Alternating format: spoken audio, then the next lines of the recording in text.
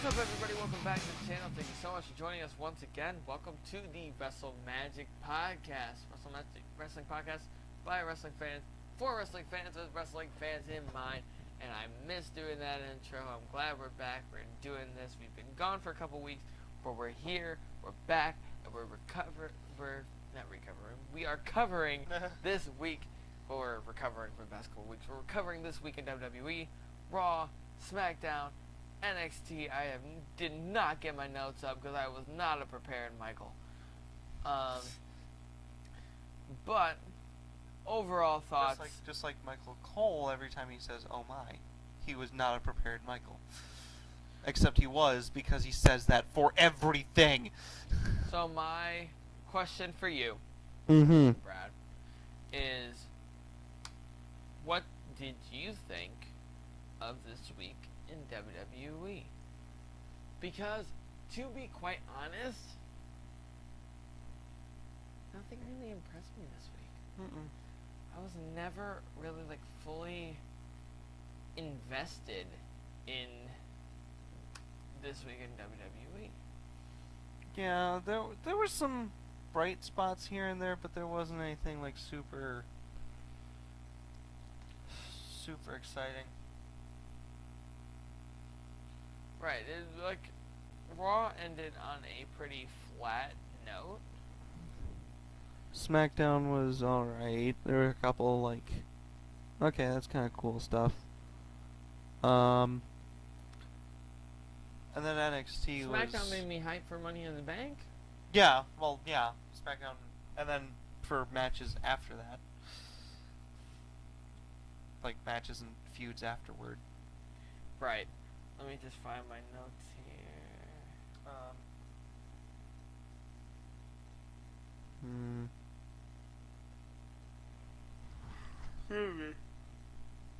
I always do that. Yeah, this week wasn't really that impressive. Maybe do you think WWE staff is getting as tired as wrestling fans are of 2 pay-per-views a month? Well, no, that's not necessarily it. It's more so between WrestleMania and WrestleMania, mostly WWE's on autopilot. Yeah. So the Raw starts off with Bray Wyatt, and he's cutting a promo how he's going to be the only one. He is the only one to slay the Beast, and he calls out Roman Reigns and bashes him.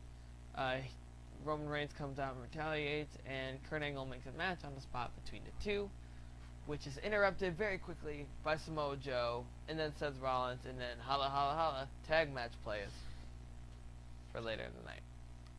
Kurt Angle's a good GM. He's a damn good GM. Then we had Akira Tozawa versus Arya Daivari. A 2-minute match. This was really weird. The majority of the match, they showed Brian Kendrick watching, but for some reason, he turned to the camera and talked to them instead of just watching the match, which was really weird. Don't think I was a fan of that. Do you know why I think they did that? He wasn't available to show up that night for Raw. Then how was he watching the match? It was pre-taped. No, that happened live. You sure? Pretty sure. Then we had Elias Sampson make his in-ring debut. This is going to be a quick review because it's currently 1:30 in the morning. It's 1:16, dude. Close to it. Then we had Elias Sampson make his in-ring debut against Dean Ambrose. I believe The Miz was on commentary for this. The Miz ended up... Oh, you can talk at any point, you know. Yeah, I know. Raw was never really captivating, so there's not. We're not gonna have the was it the Raw go home for WrestleMania, or the post-Mania Raw that didn't feel like it was 3 hours? It was post. Yeah, Raw after Mania was fantastic, but It was Raw after Mania and Superstar Shakeup those 2 weeks. Um, you had the Miz on commentary, and he goes in the ring and he hits Elias Sampson. Dean Ambrose loses to Elias Sampson due to disqualification, hinting at their match on Sunday, Mm-hmm. which is if Dean Ambrose is disqualified, he will lose the title. And then afterwards, Nice photo. and then afterwards, Miz and Elias Sampson beat up Ambrose. Do you think Renee Young sees like that picture and goes, "Yep, I married that guy"? Then we had Paul Heyman giving Finn Balor his endorsement, basically telling us that Finn Balor is going to win. I knew Extreme that Rules. because I had said, do you think that the whole reason they were announcing the Fatal 5-Way participants that way because they were measuring crowd reaction, and then Finn Balor got a huge pop, more bigger than anybody else who was announced for it. True. So I'm thinking that's why they announced the participants that way with those graphics. It's like, which of these images is more appealing to you? And people were like, oh, Finn Balor versus Lesnar might be great. So then they were like, okay, Finn Balor versus Lesnar it is. I also want to make a point, if you want to skip to any of the discussions for Raw, SmackDown, NXT, or a Wrestler of the Week, you may hit the time cards in the bottom. But with that being said, I wanted to ask you, do you think they did the same thing on SmackDown with the Money in the Bank participants? They might have. They might have heard for the biggest crowd reaction there. Yeah.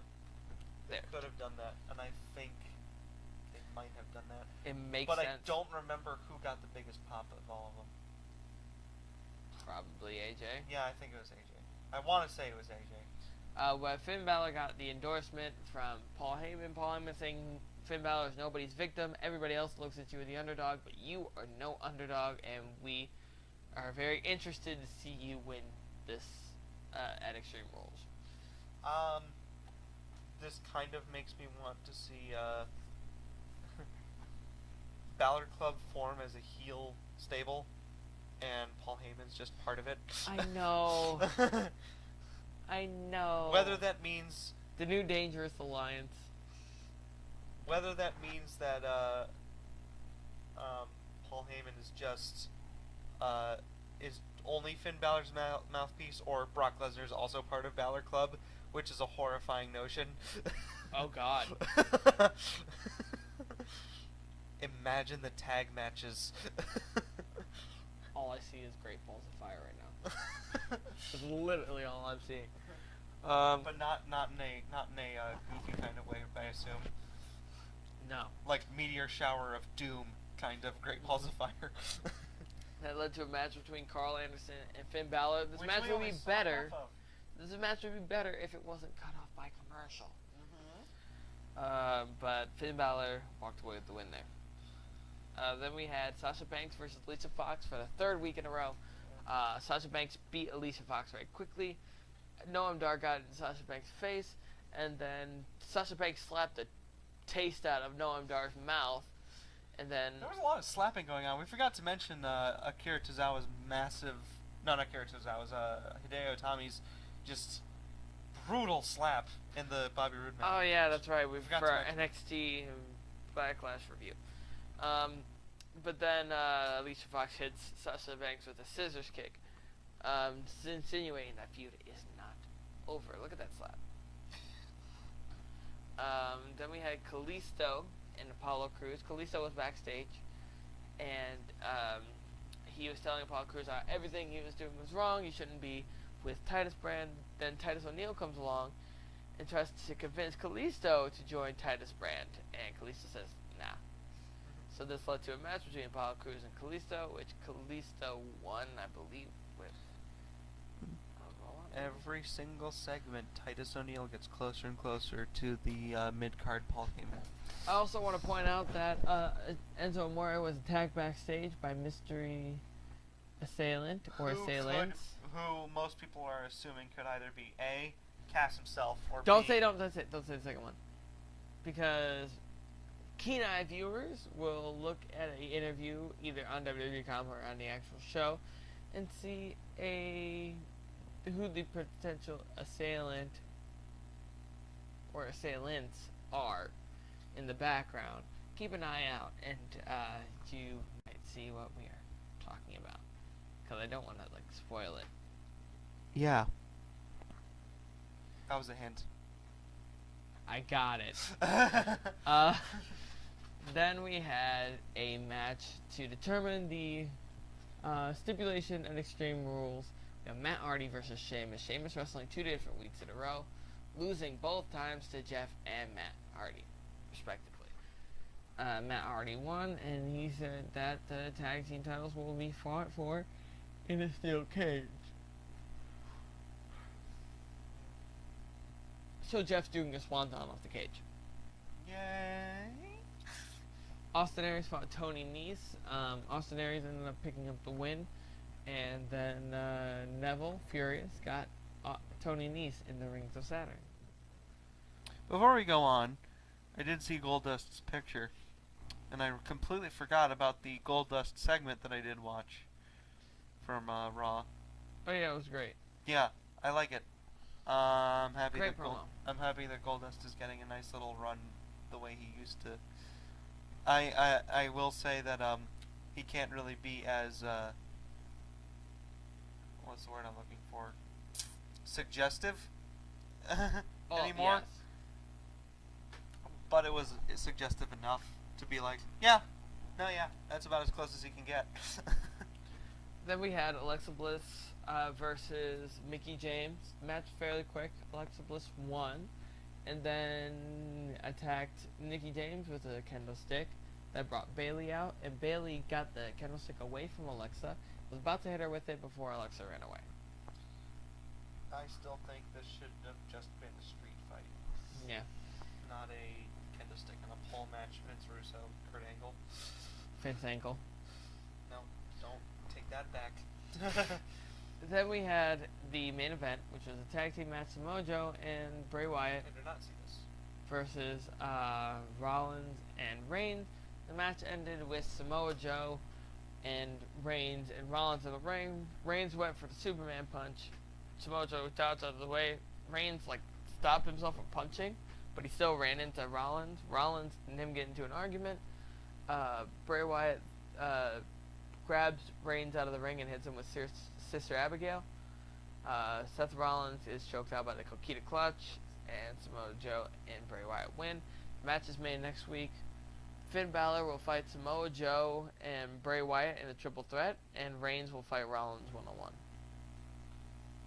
Interesting match, though we probably saw it a lot during Rollins' heel run. Alright, so that was A Raw. lot of babyface versus babyface going on. Yes. That was Raw in a nutshell. Let's move on to SmackDown. Now, as far as SmackDown is concerned, it was more entertaining than Raw, but not by much. And the reason I say it like that, mainly, is because both shows ended with a holla holla holla tag team match players of main event But single SmackDown's stars. was slightly better. Yes, it was slightly better. And it ended with AJ Styles and Shinsuke Nakamura on opposite sides of the ring with the Money in the Bank case in between the two of them, which was phenomenal. Oh no, I have no internet connection. I Why? think I remember it. So the night started off with, well, technically speaking, the night started off with Jinder us Mahal. watching Jinder Mahal showing up late to work. Fantastic champion so far. Basically what he did. I know. And he also telegraphed that he was late for work with the show-offiness, I want to say, because I can't think properly. of his entrance, he has to have his two goons put a carpet in front of him. That's a way to hide the fact that you're late for work. And then we had. At least when Randy Orton was champion, he showed up on time. You're tearing Jinder Mahal a new one, man. Well, he's late for work. I can't be late for work tomorrow. Why can he be late for work on Tuesdays? Alright, so preference perspective, if you are a manager and with good reason, one of your people is late with good reason, would you honestly fire your top guy? No, if he had good reason, sure. But seeing as Jinder Mahal didn't give an explanation as to why he showed up late for work, Because he's a champion. That's not a valid reason. I'd strip him of the title. Alright, so the night officially started with Shane I'm not McMahon mad coming about out. Jinder being champion. I'm just saying. He's playing devil advocate almost. Shane McMahon comes out and he introduces the entirety of the Money in the Bank ladder match. It was supposed to be originally 5. AJ, Sammy, Baron Corbin, Dolph Ziggler, and Kevin Owens comes out before the last one, thinking it's him, but no, it's Nakamura. Then Kevin makes a valid point. He said, look, AJ, Baron, and Dolph all lost their matches, and I beat AJ, so why am I not in this match? And Shane's like, fair point, you're in. That's why Jinder can show up late to work. His boss is just laissez-faire. Yeah. So then doesn't care. Sami Zayn and Baron Corbin were made into a rematch from Backlash later in the night, and then AJ Styles was teaming with Shinsuke Nakamura, yes, against Kevin Owens and Dolph Ziggler. When I first heard that, I immediately texted you in all caps, like, Shinsuke and AJ are on a tag team tonight. Yeah. Because I was like, oh, this should be fun. Then we had basically rematch welcoming committee versus faces. And the faces won, yay. Yes, and they got their heat back. Mm-hmm. Then we had 50-50 booking. So now there's the rumor going around that for the Fatal 5-Way match next week, which is Becky Lynch, Charlotte, Natalya, Carmella, and Tamina, the winner will fight Naomi, while the other 4 are sent to the first ever women's Money in the Bank ladder match. I like the sound of that. I do too. And maybe Summer Rae and Lana could come in and make it a 6-person ladder match. Then we had Sami Zayn versus Baron Corbin, and Sami Zayn won in about 15 or 30 seconds with a roll-up. When when this match was started, I was like, okay, yeah, I can go and do something. I can just go and do something because, like, you know, it should be a good match because it's Sami Zayn, but, like, you know, basically he won last night. He won last night. He's probably gonna lose tonight. So I just went to go do something, and then before I could even do something else, 1, 2, 3, and I was like, wait, what? And then I saw that Sami Zayn was celebrating. I'm like, wait, what? And then Baron Corbin. And I think that's what it was supposed to be, the reaction. Baron Corbin just destroyed Sami Zayn afterwards, beating his head on the barricade. It's a beautiful shot. And he got carried on the stretcher. This celebration was fun. Yeah. Jinder Mahal carried himself like a champion. This shows that fans are not booing him because he is different. He is a foreigner. Because they were cheering for the celebration part. They just don't like the person. True. After the potential last Fashion Files, their day 1 was slightly more H than ours.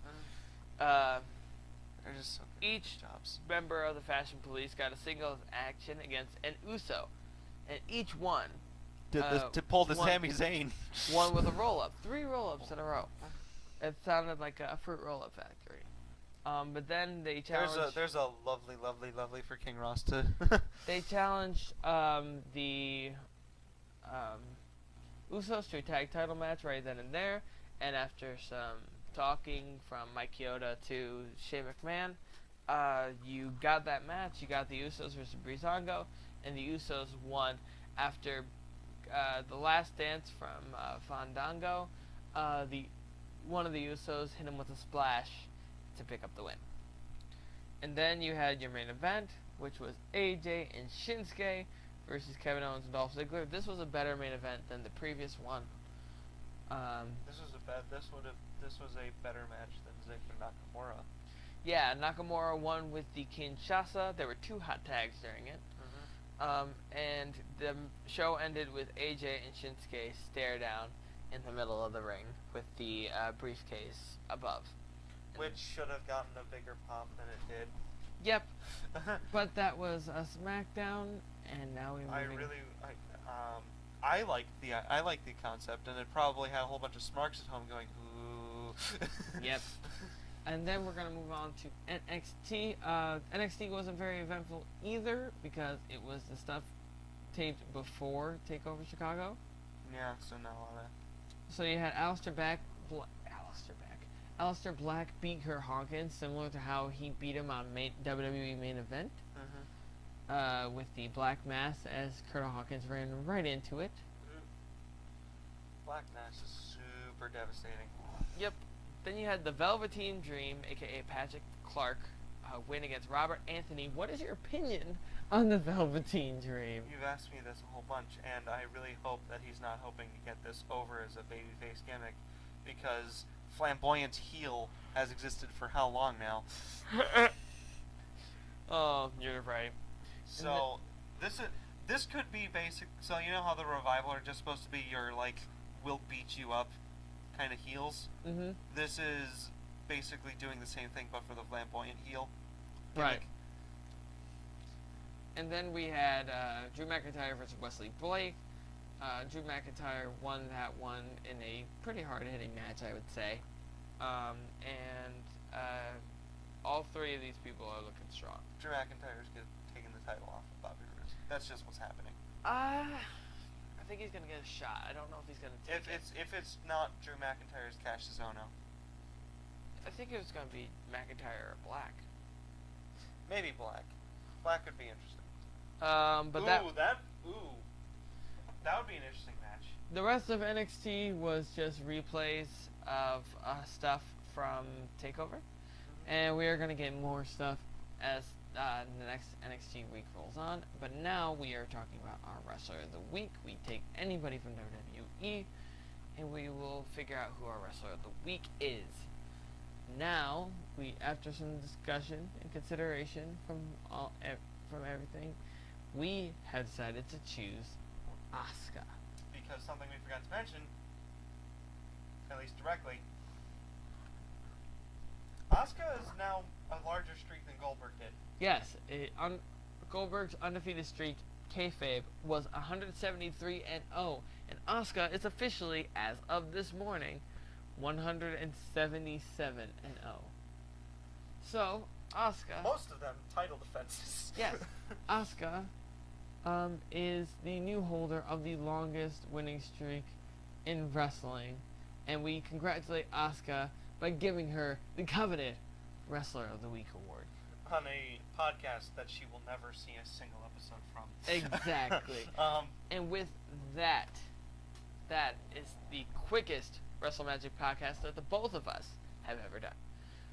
Thank you guys so much for watching. Hit the thumbs up button. Help us reach 100 subscribers by 2018. Let us know what you thought of this week in WWE down in the comments below, and we will see you guys next time. Hit it.